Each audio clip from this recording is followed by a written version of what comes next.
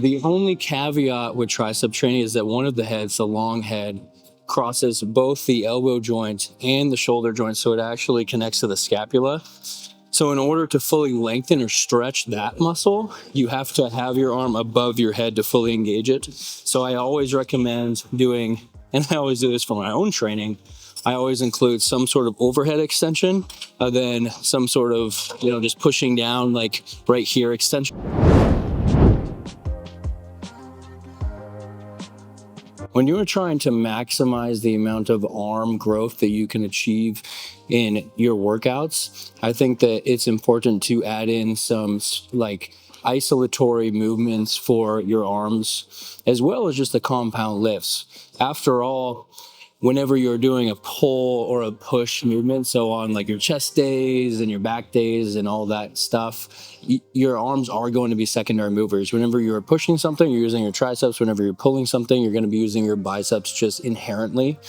However, I don't think that you should just stop there. I mean, if you're seeing great growth from that, then maybe you're okay. But I think that in most cases, like 99.9% of cases, adding in some additional arm work is going to be in your best interest. Now, that doesn't mean that you should like overdo it, because you don't want your arm training to mess with your back training and your chest training and stuff like that. But you want them to work in harmony in order to give the best growth overall.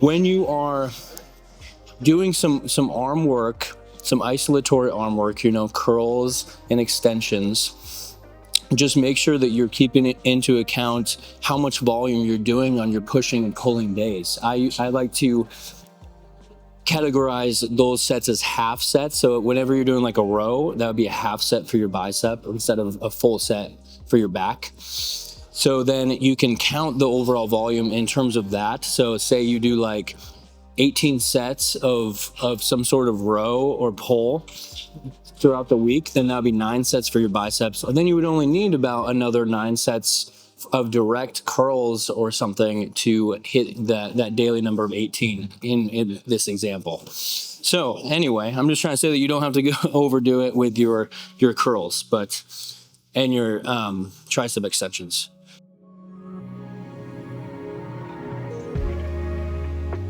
Let's get in the first set. I'm starting with a bilateral dumbbell seated curl, and I like doing a seated variation because it removes the legs and the core from the lift, and so you can just work on your biceps. Something that I'm consciously trying to do is making sure that I'm doing full supination at the top and then some. It's almost like an internal rotation of my arm, because rotation is also a function of the biceps, and you really want to be hitting all of the functions of a given lift. To make it harder, you can keep your palms facing towards you, aka supinated, because that will put the biceps under better leverage to be worked.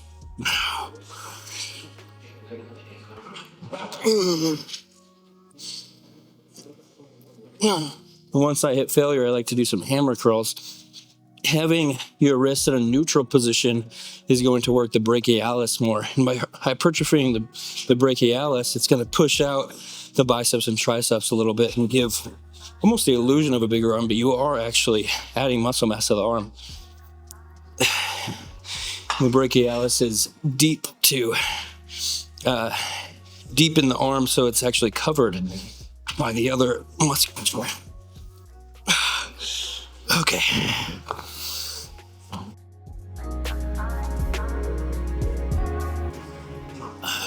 In general, I think that it's a great idea to shuffle through exercises in different planes. So with this one, I'm really just getting this kind of neutral position, getting a full range of motion in the shortened position and in the lengthened position. But then I also, and you'll see later, I like to include one where my humerus is extended behind my body, because then I will get a deeper stretch upon the biceps in the lengthened position.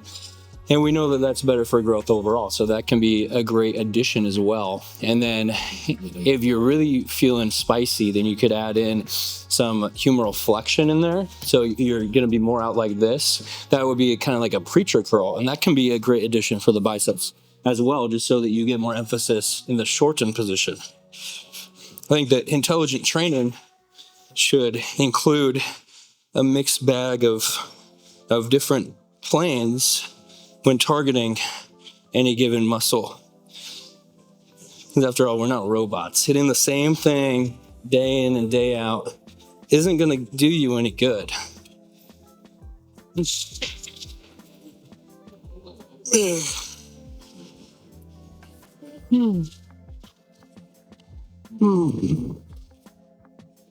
think it's a good idea to swap to unilateral at the end of a bilateral movement when you can. And of course, you can't be doing like a barbell or something, but it can be a helpful way to squeeze out some additional repetitions when, you know, in under other terms, you may not have been able to.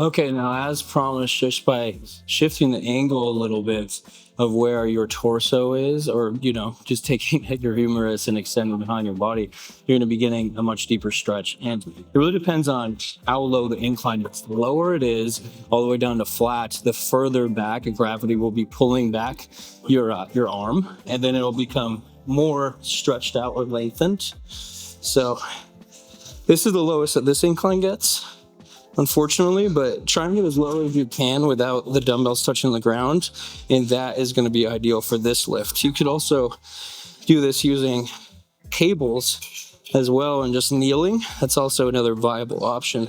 Just anything that extends your humerus and lengthens the biceps to a large degree is going to be your best friend in this regard.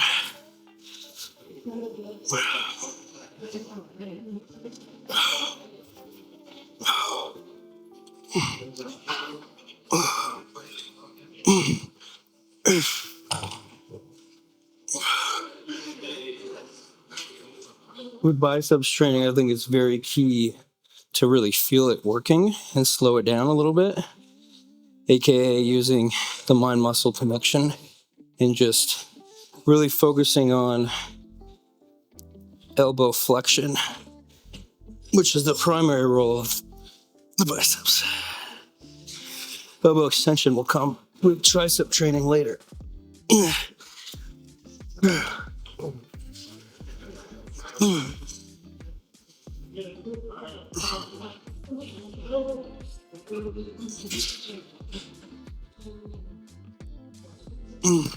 Sometimes I'll flex my triceps at the bottom, because if you are able to fully flex your triceps, then your biceps are automatically maximally lengthened.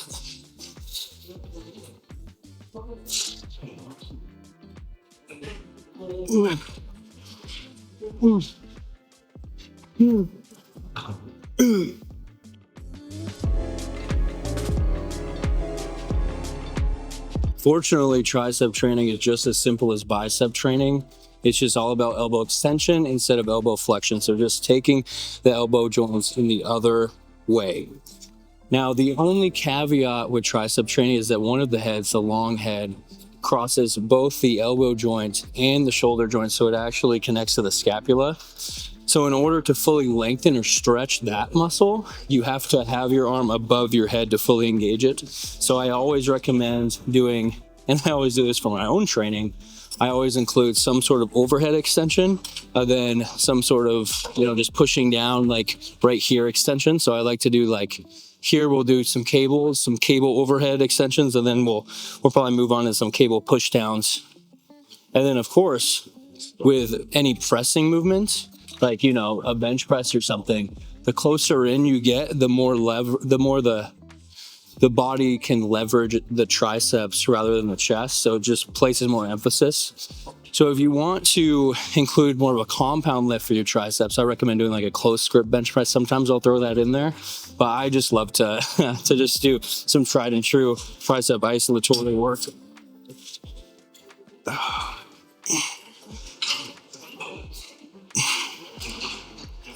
Make sure that you're getting that full stretch, because that's what's really important in overhead tricep extension of this fashion.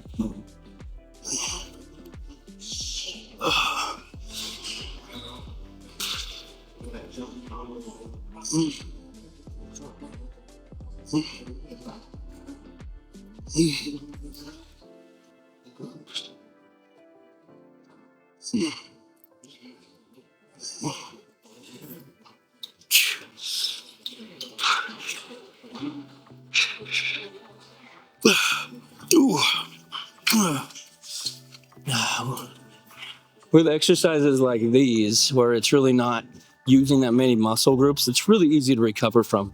I mean, personally, I kind of consider an arm day almost like an off day, just because you are only using these muscles in your arms, and it's very rarely going to be using a duo joint or a compound lift of any sort. So it's rarely going to become very difficult. And so I think that using intensity techniques like drop sets and myo reps or cluster sets or rest pause, whatever you would like to do, should be encouraged, just because why not have fun with something as long as it's not going to impair recovery, which I don't think it will.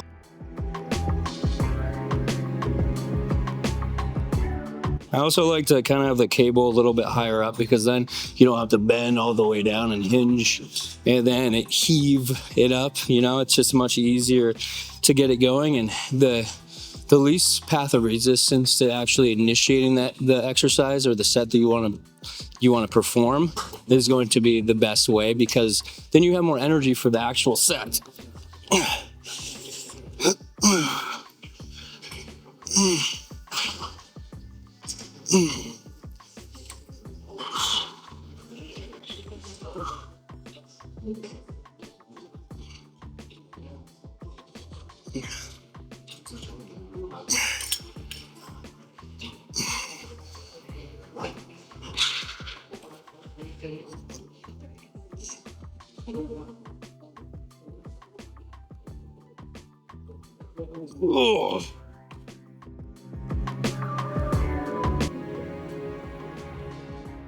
I deem arm training to be like any other major muscle group. You want to be enacting enough volume throughout the week. You want to be using like a higher frequency threshold. In fact, I like to kind of train arms either directly or indirectly more than twice a week, just because you use them all day long, and I think that they can kind of handle more of a beating rather than any other muscle group. So it's I think that if a muscle group can handle a beating, then why not take it through the ringer, because you're only going to see more growth as long as you're recovering.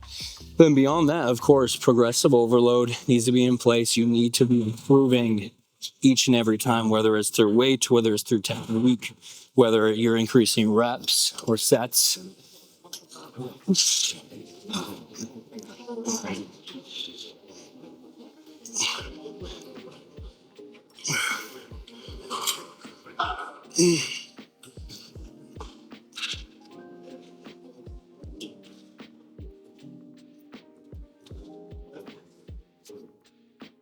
Like here, I feel like I could improve on the eccentric.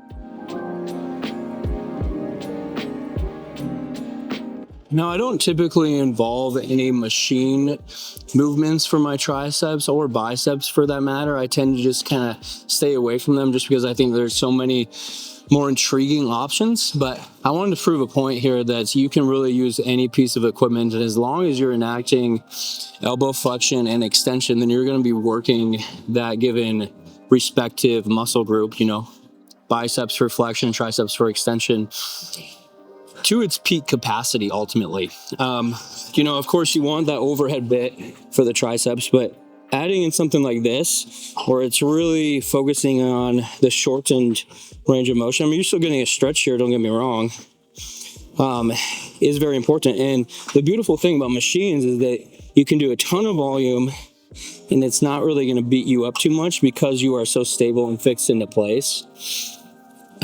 So I think that kind of rotating through things, or sometimes including something that you may not otherwise include, can be a great strength.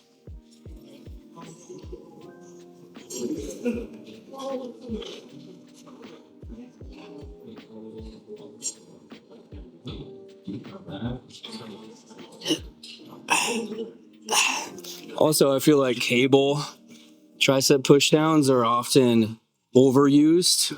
Like in my previous couple of programs, I had those like twice a week. And after a certain amount of time, you really want to be swapping things out, no matter what muscle group we're talking about.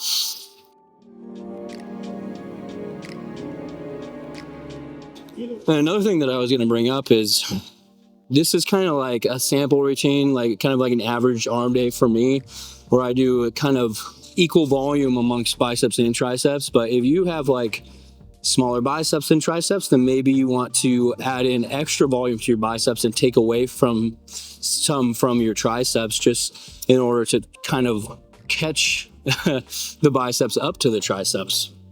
Sometimes that can be an interesting play.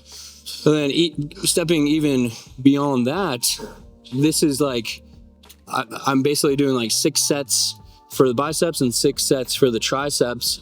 You know, the brachialis is getting worked in there too, but depending on how much volume I do for my back and my chest, or any pressing and pulling movement for that matter that involves the arms, then I may be adjusting on this day. I may be adding in some volume. I may be subtracting some volume. I may go and hit a little bit of forearm work, some flexion and extension of the wrist in order to work these muscles right here as well, because you don't want those to lag behind either. So it's really a whole gambit, and it really, you kind of do need to adjust, unfortunately, for those of you that don't want to adjust anything. You need to adjust according to what your body needs and what you've been doing throughout the week.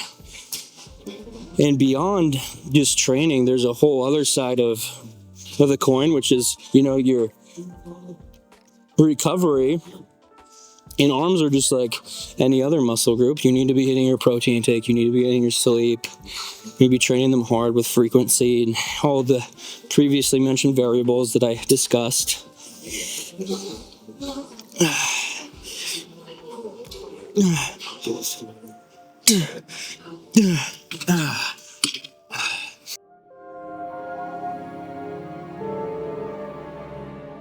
think that the main takeaways, if you are to take anything away from this video, is that you should, if your goal is growth, you should be doing some direct movements for the biceps and triceps and brachialis, and even forearms if you feel the need. And additionally, you want to be hitting them with an adequate amount of volume and frequency, and then you want to be getting them in different planes. So you want to be getting like a full range of motion bicep curl, maybe a preacher curl, and then especially a humeral extension stretched out, like incline curl of that nature. It can be with a machine, it could be with dumbbells like I showed, or it could be with a cable, whatever you prefer. And then for triceps, you definitely want to be hitting a tricep extension that works above the head so that you get the long head under peak stretch and contraction. Then you want one like with the push downs as well that can work the other 2 heads to a large degree additionally. So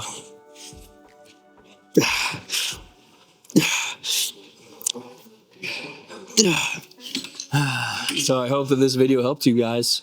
Anyway, I wish you the best. Goodbye.